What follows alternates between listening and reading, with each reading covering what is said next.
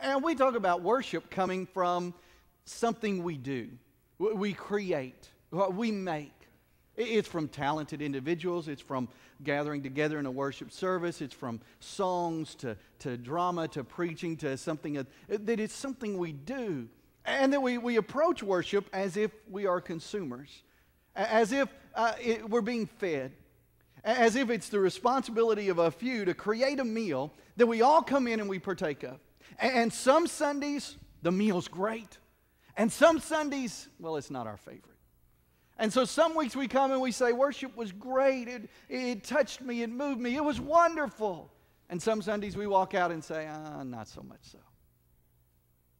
As if we're coming and sampling something. Worship is not an event. Here's what I think.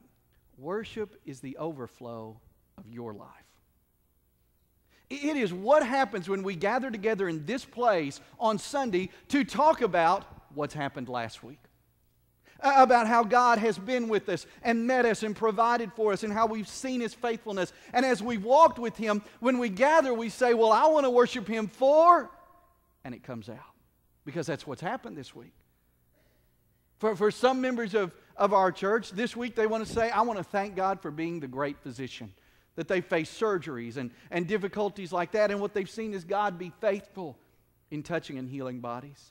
Others may say, I want to thank Him for His comfort. Or I want to thank Him for His protection. Or, I've just been in a terribly hard part of life. And I just have felt His presence in a real way. And I just want to thank Him for being. There's all kinds of things. But when we gather together, it's out of the overflow of our life. It is from our journey with Christ. In Psalms 120, the name of the Lord only appeared twice. But in Psalms 121, Yahweh appears 5 times. And then at 4 other times, we have this great capital He of referring back to God. 9 times in 8 verses, God appears. In the first Psalm, He barely showed up. In the second one, He's pervasive through it. So His presence is there. So we're supposed to recognize we are walking with God. He's there. He's with us at every step. And so we can call upon Him for what we need. And the first thing we recognize we need is strength. Are we going to make it to Jerusalem? And the first question is, I don't know, I'm strong. I love to hike the mountains. I love to be in the mountains. There's something majestic about the mountains. There's something centering to me about the mountains. I get in the mountains and I go, look at what God has done. And I see His majesty and His handiwork, and it just centers me. So I thought that's what this is. Look at the mountains. I can be centered. I can have peace. That's probably not what this is either. On the mountaintops were the places that were prime worship spots. But most of the mountains had been dotted with pagan worship. Baalites and Asheroth being the number 1 and number 2 there. And so the psalmist here really says, well, let's see how I'm going to make it. Can I trust in other religions? Can I believe in other gods? Let's look to them. Will they get me through? Are they going to fulfill? Are they going to say, when I come to the end of life, am I going to wish that I had a different God? Am I going to wish that I worship somebody different? Look unto the mountains. Where will my help come from? And then he answers it very profoundly. My help comes from the Lord. He says, they're not going to be there. They're not going to get me through. They're not going to be my source of strength. I cannot rely upon them. Jeremiah 3:32 says this, surely the hills are a deception and the mountains a tumult. Surely the Lord our God is the salvation of Israel. Jeremiah says almost the same thing. Look at the mountains. All you'll find there is war and lies. All you'll find there is struggle and hardships and deception. Isn't that everything we saw in 120? Wasn't that the cry over? Look at the ones who've deceived me, deceived me. I want peace, but they want war. It's all there, and he says, look at that. Is that going to satisfy me? Of course not. I'm going to trust upon God. I'm going to lean upon Him. I'm not going to trust in the creation. I'm going to trust in the one that created what I see. I don't trust in the mountains, and I don't trust in the things on the mountains. I trust in the one who made the mountains. He says, first of all, who am I going to trust who's got the strength to carry me through? Only God. Who's going to keep me from getting hurt along the way? Who's going to keep me from making a misstep that ends up hurting me?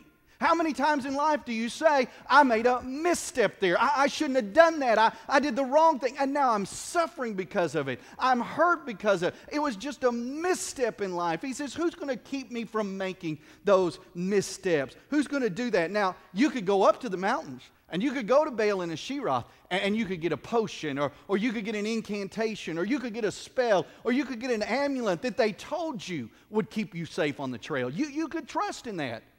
But since the psalmist had already said, I'm not going to trust in anything on the mountain, it doesn't make any sense for him to trust in anything the mountain has to offer.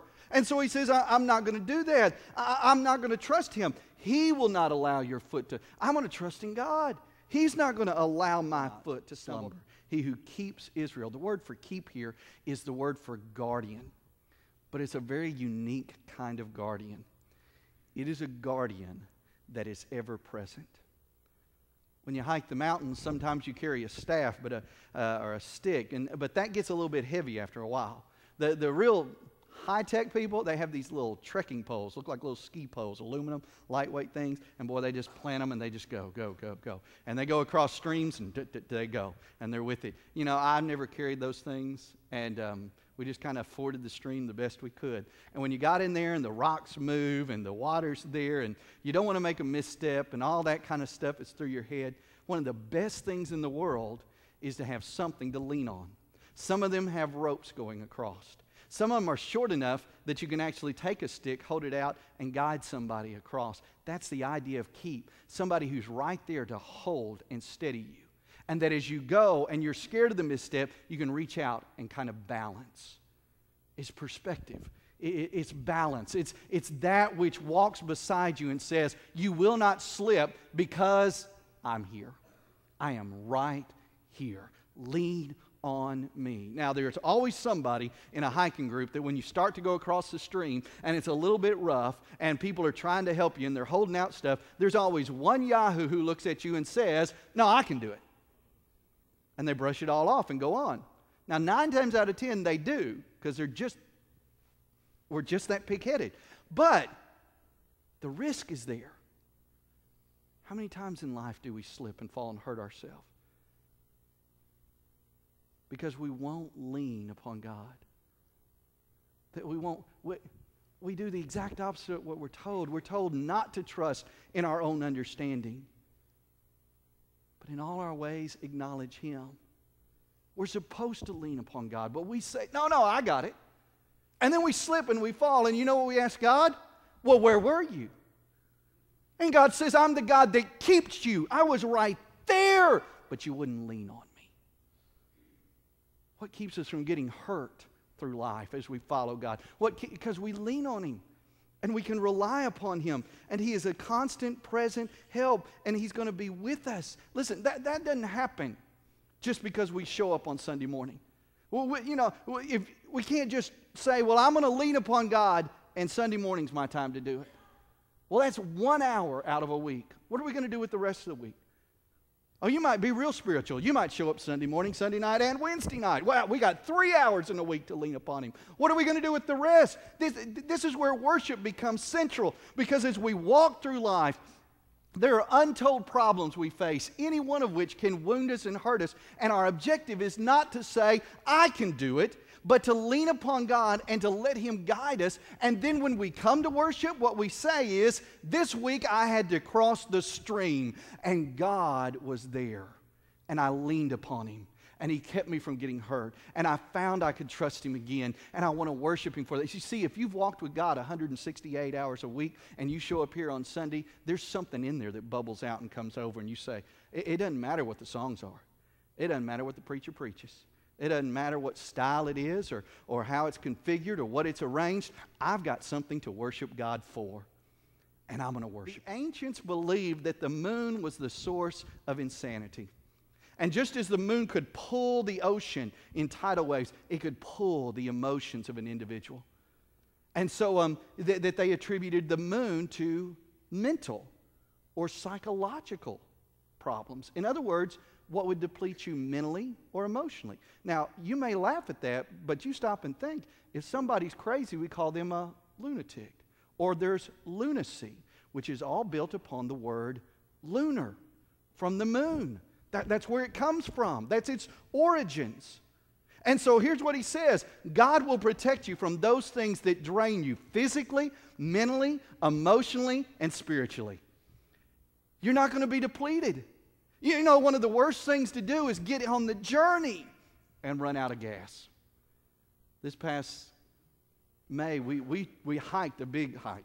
It was about almost 4,000 feet, 19 miles. Backpack, tent, whole thing. We got to a point where we were about 2 miles from the camp.